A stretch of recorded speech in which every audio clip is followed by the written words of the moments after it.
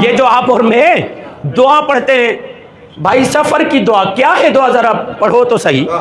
बिस्मिल्लाहिर्रहमानिर्रहीम, सुब्हानल्लज़ी सख्खर लना हाज़ा वमा कुन्ना लहू मुक़रिनीन। यहाँ तक होता तो बचत हो जाती। व इन्ना इला रब्बिना इन्ना लिल्लाहि, यही तो है भाई। जिससे बच रहे थे वो तो कह रहे हो वह इन्ना इला रब्बिना लमुनक़लिबून, मुझे फिर भी खुदा ही की तरफ पलटना है। तो फिर ये दुआ का है कि अगर मौत से ही बचना है तो ये बात नहीं होनी चाहिए थी दोस्तों। मौत से नहीं, तरीका है मौत से बचना है।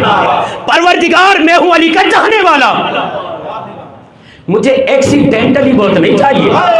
जुमला के मुझे हादसाती मौत नहीं चाहिए, मुझे वो मौत चाहिए जो आगाहाना हो, जो बसीरत वाली हो, मारने वाले को भी पता चले मैं कौन हूं और मरने वाले को भी हो मालूम कि मैं क्यों मर रहा हूं। अब अगर ऐसी मौत हो तो इसी मौत को शहादत की मौत कहते हैं। हादसाती मौत नहीं चाहिए, एक्सीडेंटली मौत नहीं चाहिए।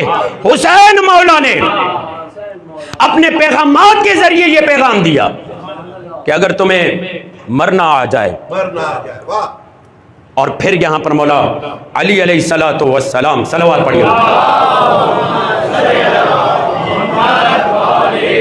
मूतू कबलन तमूतू, मरो मरने से पहले।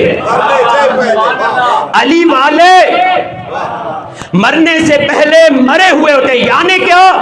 उनकी मर्जी अपनी नहीं होती, मौला की होती है। मुर्दे की क्या अलामत है भाई? जब मुर्दा तख्त पे होता है उसकी अपनी मर्जी कहाँ होती है? सीधा करो, उल्टा करो, पानी मारो न मारो, कफन दो न दो, ये गुस्ल देने वाले की मर्जी पे होता है।